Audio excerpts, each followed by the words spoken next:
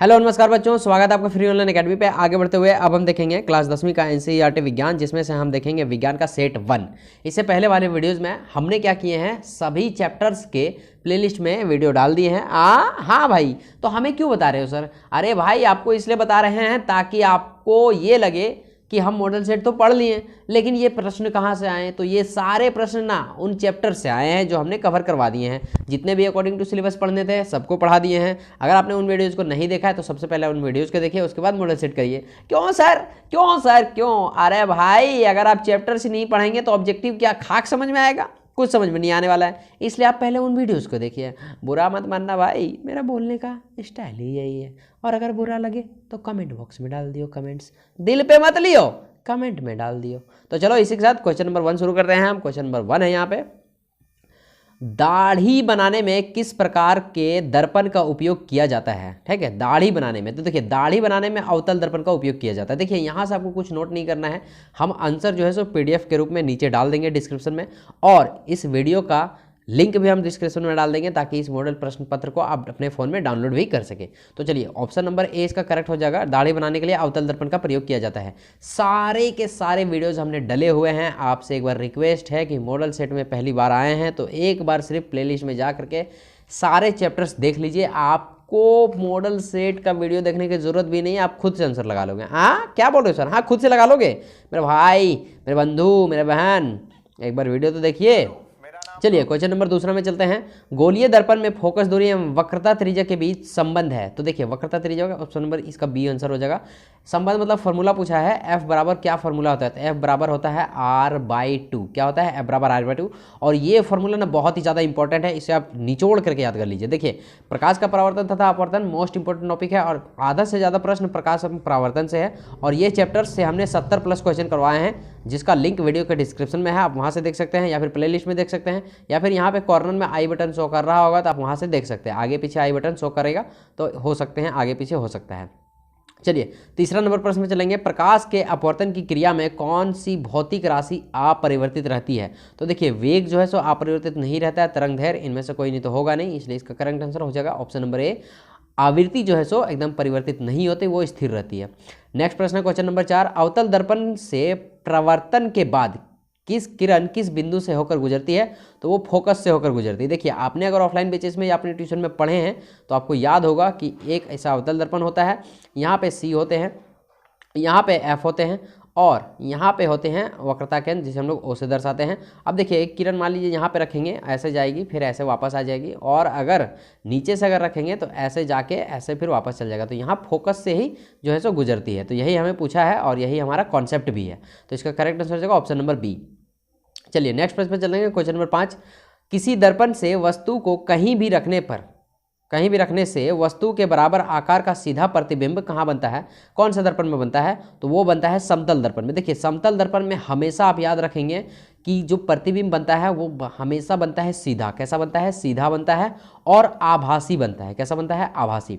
तो यहाँ पे बोला है आकार के बराबर। अगर ये आकार के बराबर नहीं बोलता तो समतल या उत्तल होता, लेकिन आकार के बराबर बोला है तो समतल उत्तल नहीं होगा, होगा सिर्फ समतल। इसका मीनिंग समझ लीजिए। समतल दर्पण किसे कहते हैं? आप जो आईना देखते हैं डेली बेसिस पे अपना आईना देखते हैं, हम सुंदर दिख रहे हैं कि नहीं दिख रहे हैं, और हमारा लिपस्टिक सही लगा है कि नहीं, हमारा मेकअप सही हुआ है कि नहीं, वही को आईना को बोलते हैं समतल दर्पण भाई। हाँ भाई, और जितना बड़ा आप चेहरा दिखाएंगे ना आईना को, उतना ही बड़ा आपका चेहरा दिखेगा। इसीलिए यहाँ पे बोला है बराबर आकार का सीधा प्रतिबिंब। तो वो कौन बनाता है? समतल। लेकिन उत्तल का बात करें ना तो वो छोटा बना देता भाई, जिसमें हम लोग अच्छा नहीं लगता देखने में।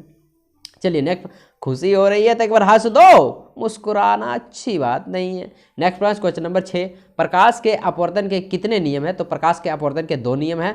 आपतन कोण परावर्तन कोण के बराबर होता है, आपतित किरण परावर्तन किरण के बराबर होता है। यहीं से 2 नियम निकले हैं भाई, हमने डिटेल में बताया है ऑब्जेक्टिव प्रश्न में। नेक्स्ट प्रश्न है क्वेश्चन नंबर 7। किसी गोलीय दर्पण की वक्रता त्रिज्या 50 सेंटीमीटर है तो उसकी फोकस दूरी क्या होगी? चलिए, इसका एक मोस्ट इंपॉर्टेंट फॉर्मूला जो आपको याद रखने हैं, क्या होते हैं? एफ बराबर r/2। क्या होते हैं? एफ बराबर r/2। अब देखिए इसमें दिया क्या है, त्रिज्या दिया हुआ है कितना? 50 सेंटीमीटर, मतलब, और निकालना क्या है? फोकस दूरी। फोकस दूरी मतलब एफ निकालने हैं, तो एफ बराबर हम लिखेंगे 50, आर कितने हैं? 50, और 2 से भाग देंगे कट करेंगे तो कितने निकल जाएंगे 25 सेंटीमीटर। देखेंगे 25 सेंटीमीटर है कहाँ, ऑप्शन नंबर सी में है। फटाक से कान पकड़ के लगाएंगे, option number C is the right answer. तो चलिए इसको रटना नहीं है भाई, कॉन्सेप्ट को समझिए। कॉन्सेप्ट क्या है, 50 की जगह में 100 दे देगा तो आप क्या करेंगे, तो बनाना सीख जाएंगे ना भाई, बनाना सीख जाएंगे तो ईजी हो जाएगा। क्वेश्चन नंबर 8 मोस्ट इंपोर्टेंट प्रश्न है, 1 मीटर फोकस दूरी वाले किसी उत्तल लेंस की क्षमता क्या होगी। अब देखिए ये क्षमता क्या होता है, क्षमता मतलब पावर, आपका काम करने का कैपेसिटी कितना है, पावर कितने है भाई। तो इसका एक फॉर्मूला होता है P बराबर 1/f, वो भी किस में, मीटर में, ब्रैकेट में हम मीटर रखेंगे। ठीक है भैया, इतना तो फॉर्मूला समझ के बैठाएंगे कैसे। देखिए जब भी आपको 1 मीटर फोकस दूरी वाले, क्या बोले, 1 मीटर फोकस दूरी वाले लेंस की क्षमता मतलब P होता है, पावर होता है, और फोकस दूरी मतलब F होता है, मतलब F दिया हुआ है और लेंस की क्षमता हमें निकालनी है। तो सिंपल सी बात है, P हमें निकालना है तो हम लिखेंगे P बराबर 1 अपॉन, और यहाँ क्या है 1 मीटर फोकस दूरी, तो यहाँ पे हम 1 और यहाँ पे मीटर बिठा देंगे, 1 से 1 कैंसिल होगा तो इक्वल टू में आपका 1 आएगा। और जो क्षमता आते हैं वो डायोप्टर में आते हैं, हम देखेंगे 1 कहाँ पे है, तो ऑप्शन नंबर बी में आपको 1 दिखाई दे रहा है, इसलिए करेक्ट आंसर हो जाएगा 1 dioptre is the right answer. तो option number B is the right answer, option number B. चलिए नेक्स्ट प्रश्न पे चल रहे हैं, क्वेश्चन नंबर 9, किसी उत्तल लेंस की फोकस दूरी हमेशा क्या होती है, तो उत्तल लेंस की फोकस दूरी हमेशा बी पॉजिटिव होती है। ठीक है, ओके, इसको यहाँ पे याद रखिएगा, ऐसा ही क्वेश्चन बनेगा, घुमाएगा नहीं। नेक्स्ट प्रश्न है क्वेश्चन नंबर 10, प्रकाश का वेग न्यूनतम होता है, मतलब यहाँ से क्वेश्चन दो ही टाइप के पढ़ सकते हैं, या तो एक चार्ट के माध्यम से हम सभी का देख लेते हैं, एक नज़र हम कुछ दिखाना चाहते हैं आपको, देख लीजिए। विभिन्न माध्यमों में प्रकाश की चाल देखना चाह रहे हैं हम, प्रकाश की चाल विभिन्न माध्यमों में क्या है, तो यहाँ पर समझ लीजिए निर्वात में प्रकाश की जो चाल है वो है 3 × 10⁸ मीटर प्रति सेकंड, मतलब 3 लाख किलोमीटर के आसपास। पानी में है 2,25,000 किलोमीटर के आसपास, और कांच में अगर देखा जाए तो 2 लाख किलोमीटर के आसपास में। पॉइंट वाइज को हटाएंगे तो आपको ये पता चलेगा ये लाख में है। ठीक है, यहाँ जो आपको दिखाई दे रहा है 10 और ये एरो के जैसा दिखाई दे रहा है, तो ये पावर है। ठीक है, पावर कीपैड के अनुसार पावर नहीं बनता है, इसलिए इसमें इसका सिंबल दिया जाता है रोल सॉल्ट, और तारपीन के तेल में इतना दिया जाता है। तो आपको तीनों में पूछा जाता है, तीनों मोस्ट इंपोर्टेंट याद रखने हैं 10 क्लास के हिसाब से। निर्वात में प्रकाश की चाल सबसे ज़्यादा होती है 3 लाख के आसपास, और पानी में देखेंगे 2,25,000, और कांच में देखेंगे तो 2 लाख। तो सबसे कम है किसमें, कांच में, इसलिए सबसे कम हो जाएगा, और सबसे ज़्यादा किसमें हो जाएगा, निर्वात में। तो यही आपको याद रखना था, बस इतना ही। तो आपको पूछा है क्या, सबसे कम यानी कि सबसे न्यूनतम, है ना। तो इसका राइट आंसर क्या हो जाएगा, चलते हैं 11 number question, most important question और फेबुलस क्वेश्चन है, अभी हमने आपको तुरंत बताया है। 4D क्षमता वाले अवतल लेंस की फोकस दूरी क्या होगी, तो देखिए P बराबर क्षमता की जहां बात होगी यहाँ आप समझ लीजिए P वाला फॉर्मूला लगाना है। तो P बराबर क्या होता है 1/f, वो भी किस में होता है, मीटर में। ठीक है, अब देखिए यहाँ पे हम P का P रखेंगे, लेकिन P के मान दे दिए हैं 4D क्षमता, क्षमता मतलब P, तो यहाँ पे हम लिखेंगे 4 बराबर 1, और फोकस दूरी याद करने बोला है, मतलब फोकस यहाँ पे रखेंगे। अब देखिए ये जो फोकस है ये इससे मल्टीपल होगा। ठीक है, तो ये इससे मल्टीपल होगा, तो हम लिखेंगे 4f बराबर 1। अब देखिए ये जो f बराबर 1 है, 1 का 1 लिखेंगे, और ये जो 4 आपको दिखाई दे गुना में इधर आ जाएगा भागा के फॉर्म में, तो क्या हो जाएगा 1/4 हो जाएगा। ठीक, 1/4 को याद रखेंगे। अब देखिए 1/4 आया, इसको जब हम भाग करेंगे तो क्या आ जाएगा 0.25, इसे भागा करेंगे तो 0.25 आ जाएगा। अब देखिए 0.25 चूँकि ये मीटर में है, किस में है, मीटर में है। अब क्या करेंगे, इसे हम लोग सेंटीमीटर में बदलेंगे, क्योंकि ऑप्शन में सब जगह सेंटीमीटर है, तो यहाँ पे 100 से गुना कर देंगे। मीटर से सेंटीमीटर जाने के लिए क्या करेंगे, 100 से गुना। अब देखिए ये से पॉइंट से कटेगा तो 1 आएगा, और 2 अंक है पॉइंट के बाद, इसलिए 2 संख्या, ये 100 से 100 खत्म, क्या बच जाएंगे 25 बच जाएंगे, और ये हो जाएगा सेंटीमीटर। ऑप्शन नंबर बी में सेंटीमीटर हमको दिखाई दे रहा है, वो भी कितने 25 सेंटीमीटर, तो राइट आंसर हो जाएगा क्या 25 सेंटीमीटर। आशा करते हैं ये भी आपको समझ आया होगा। ठीक, कैसे हमने बनाया, बस आपको याद रखना है P बराबर 1/f फार्मूला, और बस इसमें बिठाते चलना है, और याद रहे f जो है वो फोकस दूरी किस में होती है, मीटर में होती है। चलिए नेक्स्ट प्रश्न देखेंगे, क्वेश्चन नंबर 12। क्वेश्चन नंबर 12 है यहाँ पे, अच्छा प्रश्न है ये भी। किसी उत्तल लेंस की फोकसांतर 50 सेंटीमीटर है तो उसकी क्षमता क्या होगी। देखिए फोकसांतर, देखिए यहाँ पे क्या है, फोकसांतर दे दिया मतलब f दे दिया, और यहाँ क्षमता पूछ दिया है। चलिए ठीक है, मतलब P बराबर क्षमता मतलब P, ठीक है, ओके, एकदम भूलना नहीं है। अब देखिए 1/f, f कितने मीटर में लगाएंगे हम, और यहाँ पे दे दिया सेंटीमीटर में, मतलब बाद में हमें इसे मीटर में बदलना पड़ेगा। तो देखिए 50 सेंटीमीटर क्या है, क्षमता दे दिया है क्या, नहीं, क्षमता तो पूछा है, तो P बराबर हम लिखेंगे 1/50।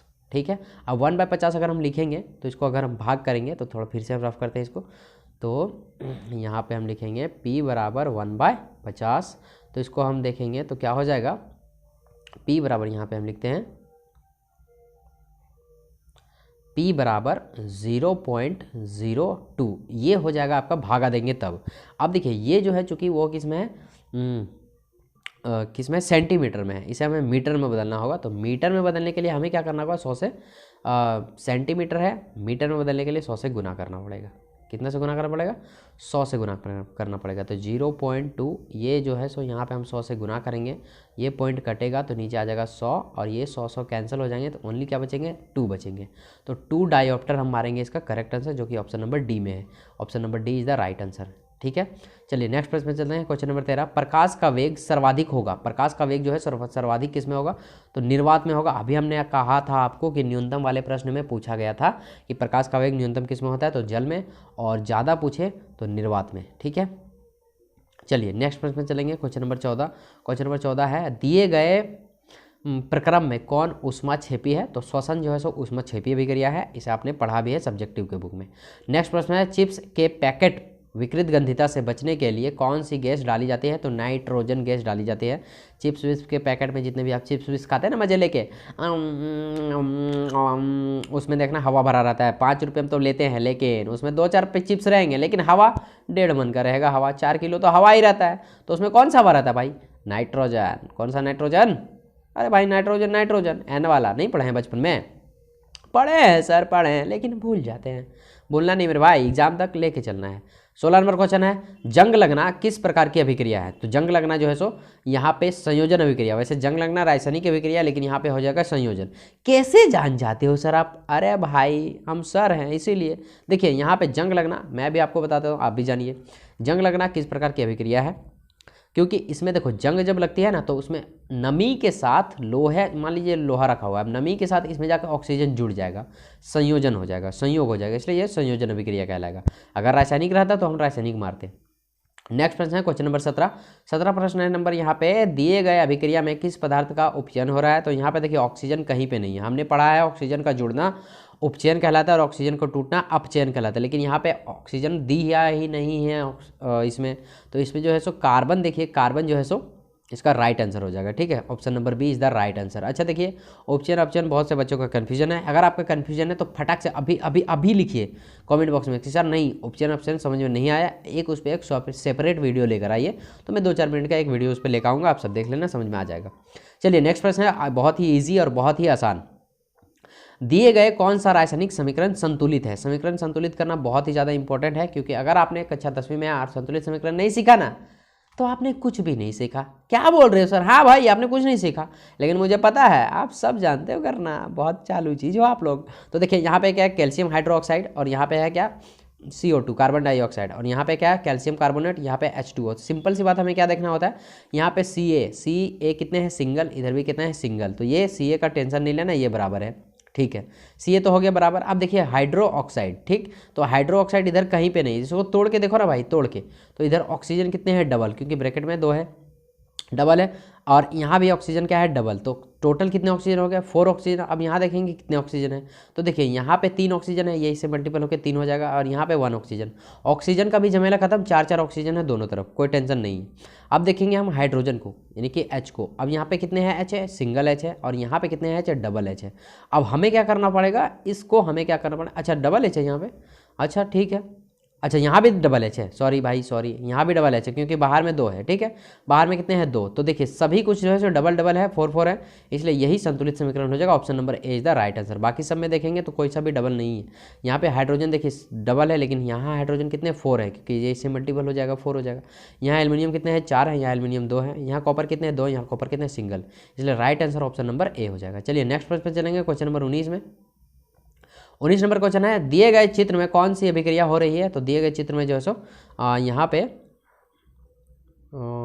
वियोजन अभिक्रिया हो रही है। कौन सी अभिक्रिया हो रही है, वियोजन, नो नो नो वियोजन, PB है यहाँ पे, और यहाँ पे Cu कॉपर क्लोराइड, PbCl2, यहाँ पे संयोजन अभिक्रिया। कौन सी अभिक्रिया है, संयोजन, क्योंकि PB के साथ कौन सा जुड़ जा रहा है, क्लोराइड जुड़ जा रहा है, और ये कॉपर जो है सो अकेला हो जा रहा है। ठीक है, तो ये क्या है, संयोजन अभिक्रिया है। चलिए नेक्स्ट प्रश्न में चलेंगे, क्वेश्चन नंबर 20। क्वेश्चन नंबर 20 है यहाँ पे, दिए गए पदार्थ में गंधीय सूचक की तरह कौन व्यवहार करता है। दिए गए पदार्थ में गंधीय सूचक की तरह कौन व्यवहार करता है? तो इसमें इसका ऑप्शन जो है सो प्याज हो जाएगा। इधर छिपा हुआ प्याज, अरे प्याज किधर छिप जाता है तो बच्चे लोग देख नहीं पाते, तो यहाँ पे ऑप्शन नंबर डी इसका राइट आंसर हो जाएगा। नेक्स्ट प्रश्न है क्वेश्चन नंबर 21, हड्डियों को जोड़ने के लिए डॉक्टर किस लवण का उपयोग करते हैं? तो हड्डियों को जोड़ने के लिए प्लास्टर ऑफ पेरिस का उपयोग करते हैं, जिसका सूत्र होता है CaSO4 हाफ H2O। हाँ सर, ये सूत्र होता है। हाँ भाई, ये सूत्र होता है, आपने सब्जेक्टिव में पढ़ा है, भूल जाते हो आप। जो आपके हाथ टूटने पर लपेट देते हैं ना डॉक्टर, सीमेंट वेमेंट लगा के सादा सादा, उसे कहते हैं प्लास्टर ऑफ पेरिस। क्या कहते हैं? Plaster of Paris. इसका सूत्र होता है CaSO4 हाफ H2O। 1/2 को हाफ पढ़ेंगे भाई। अरे क्या बात है सर, नया चीज़ सिखा दी आपने। हाँ भाई, आदत है मेरी। व्यंजक चूर्ण का सूत्र क्या है? तो व्यंजक चूर्ण का सूत्र है CaOCl2, कैल्शियम ऑक्सोक्लोराइड। क्या पढ़ेंगे इसे? कैल्शियम ऑक्सोक्लोराइड। पढ़िए एक बार मेरे साथ, पढ़ो भाई। हाँ चलिए नेक्स्ट प्रश्न पर चलेंगे। इस क्षेत्र में कौन सी अभिक्रिया हो रही है? तो इस क्षेत्र में वियोजन अभिक्रिया हो रही है। सर कैसे जान जाते हो आप? देखिए ये जो चित्र है ना, बुक से दे दिया गया है। आप बुक में रासायनिक अभिक्रिया में समीकरण खोलना या फिर दूसरा वाला चैप्टर खोलना, बिजली के उत्पादन से रिलेटेड है। ये इसका करेक्ट आंसर हो जाएगा वियोजन। इसको मैं भाई एक्सप्लेन करना चलूँ ना तो वीडियो बहुत लंबी हो जाएगी भाई, फिर आपको लगेगा क्या सर आप वीडियो बनाते हो, बहुत लंबी कर देते हो, बोरिंग लगने लगता है। चलिए नेक्स्ट प्रश्न पर चलेंगे। क्वेश्चन नंबर 24, टमाटर में कौन सा अम्ल पाया जाता है? तो इसमें पाया जाता है ऑक्जेलिक अम्ल। देखिए ऑक्जेलिक अम्ल, देखिए बहुत से केवल टमाटर का ही नहीं, इमली, नींबू, नारंगी, संतरा, ये सब में अम्ल पाए जाते हैं ना। तो यहाँ पे सिर्फ टमाटर का दे रखे हैं, तो यहाँ पे हम टमाटर का ऑक्जेलिक अम्ल याद रखेंगे। नींबू में साइट्रिक अम्ल पाया जाता है, आप लिखते जाइए। नींबू में साइट्रिक अम्ल, इमली में टार्टरिक अम्ल, इमली में टार्टरिक अम्ल पाया जाता है, टमाटर में ऑक्जेलिक अम्ल पाया जाता है, नींबू में साइट्रिक अम्ल पाया जाता है, और एक आता है आपका मौसमी और नींबू में दोनों इसमें मौसमी, नींबू, संतरा सब एक ही नाम है, तो आपको इसमें यही साइट्रिक अम्ल पाया जाता है। इसमें चलेंगे 25 क्वेश्चन है, तनुकरण प्रक्रिया में होती है, तनुकरण प्रक्रिया में होती है H+ सांद्रता की वृद्धि होती है। Option number A is the right answer हो जाएगा, ऑप्शन नंबर ए। चलिए नेक्स्ट प्रश्न चलेंगे। क्वेश्चन नंबर 26, क्वेश्चन नंबर 26 है यहाँ पे, निम्नलिखित में कौन प्रकाशीय वियोजन का उदाहरण है? तो प्रकाशीय वियोजन का उदाहरण है AgBr, option number A is the right answer. देखिए वियोजन हो रहा है ना, Ag और Br का जो है सो Ag अलग Br अलग। नेक्स्ट प्रश्न चलेंगे, अमीबा अपने किस अंग से भोजन का ग्रहण करता है? तो कूटपाद के द्वारा जो है सो भोजन का ग्रहण करता है, उसमें कोई अंग नहीं होता है भाई। धीरे धीरे क्या करते हैं, अमीबा कुछ इस टाइप की होती है ना, इस टाइप की होती है, और यहाँ पे जो भोजन आता है इसको धीरे धीरे घेर लेगी और अंदर कर लेगी। ये कौन सा जानवर है भाई? हाँ भाई इसी तरह जानवर है, कोशिकीय जानवर है ये। नेक्स्ट प्रश्न है, पाचन प्रक्रिया में वसा का इमल्सीकरण कौन करता है? तो पित्त जो है सो वसा का इमल्सीकरण करता है। नेक्स्ट प्रश्न है क्वेश्चन नंबर 29, निम्नलिखित में किस जीव में स्वपोषी पोषण होता है? तो स्वपोषी पोषण जो है सो यहाँ पे हो जाएगा अमर बेल जो है सो एक स्वपोषी पोषण है। नेक्स्ट प्रश्न है क्वेश्चन नंबर, मानव हृदय में कितने कोष्ठक पाए जाते हैं? तो मानव हृदय में 4 कोष्ठक पाए जाते हैं। अच्छा देखिए मानव हृदय में यहाँ 4 कोष्ठक पाए जाते हैं, इसको याद भी हमने रखा है ट्रिक से, हम 2 हमारे 2। मानव क्या कहता है, हम 2 हमारे 2, 2 2 हो गया ना 4, हम 2 हमारे 2 तो हो गया ना 4, तो आप इसे याद रख सकते हैं। देखिए इसका ट्रिक हमने चैप्टर में बताए हैं, जिस समय हम इस चैप्टर को करवा रहे थे उसका हमने ट्रिक भी बताए हैं, आप वीडियो में के प्लेलिस्ट में जाके वहाँ से देख सकते हैं। इसलिए हमने कहा आपको पहले चैप्टर वाइज आप पहले टिक लगा लो, उसके बाद यहाँ पे आओ धड़ल्ले से आप आंसर लगा दोगे। 31 नंबर प्रश्न है, श्वसन वर्णक किसे कहते हैं? श्वसन वर्णक मतलब कि श्वसन का वर्णक, श्वसन का लाना ले जाना कौन करता है?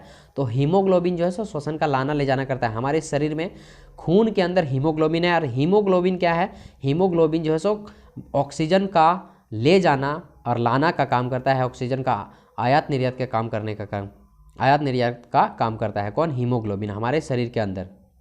गजब भाई, पता नहीं था मुझे, सीख जाओगे धीरे धीरे। उत्सर्जन तंत्र की क्रियात्मक इकाई क्या है? तो वृक्क जो है सो उत्सर्जन तंत्र की क्रियात्मक इकाई है। देखिए वृक्क मतलब किडनी है ना, उत्सर्जन कौन करता है? किडनी ही करता है। ऐसा आप ना समझो, उत्सर्जन जितने भी यूरिन की मात्रा है, जितने भी हमारे शरीर में पेशाब की मात्रा है, छन्ने की क्रिया है, ये सब कौन करता है? वृक्क करता है, किडनी करता है। अगर ये व्यक्ति का किडनी खराब हो जाए ना, किडनी खराब हो जाए ना, तो आधी जिंदगी उसको बाथरूम में ही निकालनी पड़ेगी। अरे ये बाथरूम का लफड़ा बहुत ही खराब रे बाबा, बाथरूम का लफड़ा बहुत खराब। आपने देखा ना फिल्म? हाँ याद हो गया तो बहुत अच्छी बात है।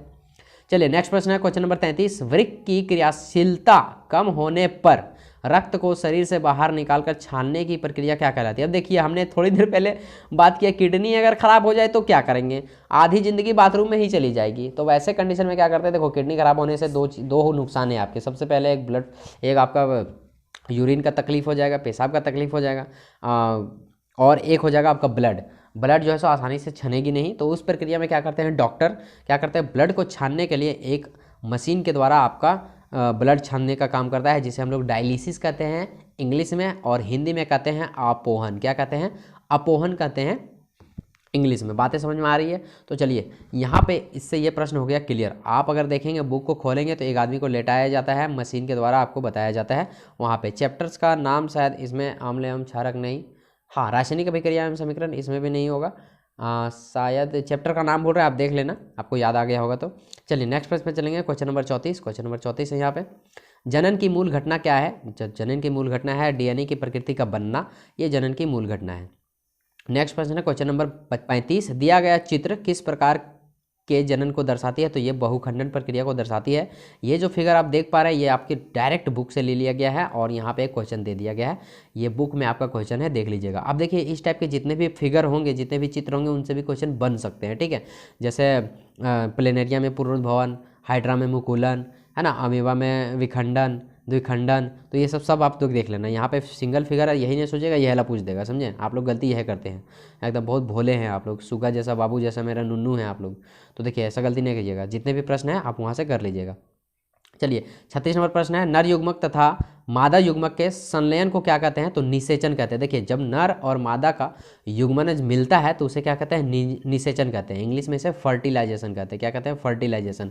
देखिए एक चीज़ और, ये सब वर्ड समझ में नहीं आ रहे सर, ये नर युग्मक मादा युग्मक क्या है, निषेचन क्या है, तो ये सब अगर समझ में नहीं आ रहा है तो ये चैप्टर्स है जैव जनन कैसे, जीव जनन कैसे करते हैं, और एक चैप्टर्स है जैव प्रक्रम, ठीक है। दो चैप्टर आपके दृष्टि से बहुत ही ज़्यादा इंपॉर्टेंट है, लाइफ की दृष्टि से, एग्जाम की दृष्टि से नहीं पढ़ने के लिए बोल रहे हैं, चाहे आप मेरे भाई हैं या बहन हो, दोनों का हम वीडियो पूरा देखने के लिए बोल रहे हैं, ताकि आपको पूरा फुल नॉलेज मिले। टीनेजर्स में क्या बदलाव होते हैं, जब हम यौवनारंभ के समय हमारे शरीर आता है तब हमारे शरीर में क्या बदलाव होता है, हमारे जब लड़कों और लड़कियों में क्या परिवर्तन होते हैं, टीन एज के बाद 12-13 साल की उम्र में आते हैं, 14 साल की उम्र में आते हैं, तो क्या क्या परिवर्तन होते हैं, किस वजह से होते हैं, सारा कुछ उस वीडियो में डिटेल बताया गया है। तो आप वहाँ से जाके देखिए, तब जाके ये निषेचन, फर्टिलाइजेशन, युग्मनज, मादा युग्मनज सब कुछ समझ में आ जाएगा भाई, और जानना आपको बेहद ज़रूरी है और अच्छा लगेगा। इंटरेस्टिंग चैप्टर है क्योंकि बायो आपके शरीर से रिलेटेड है।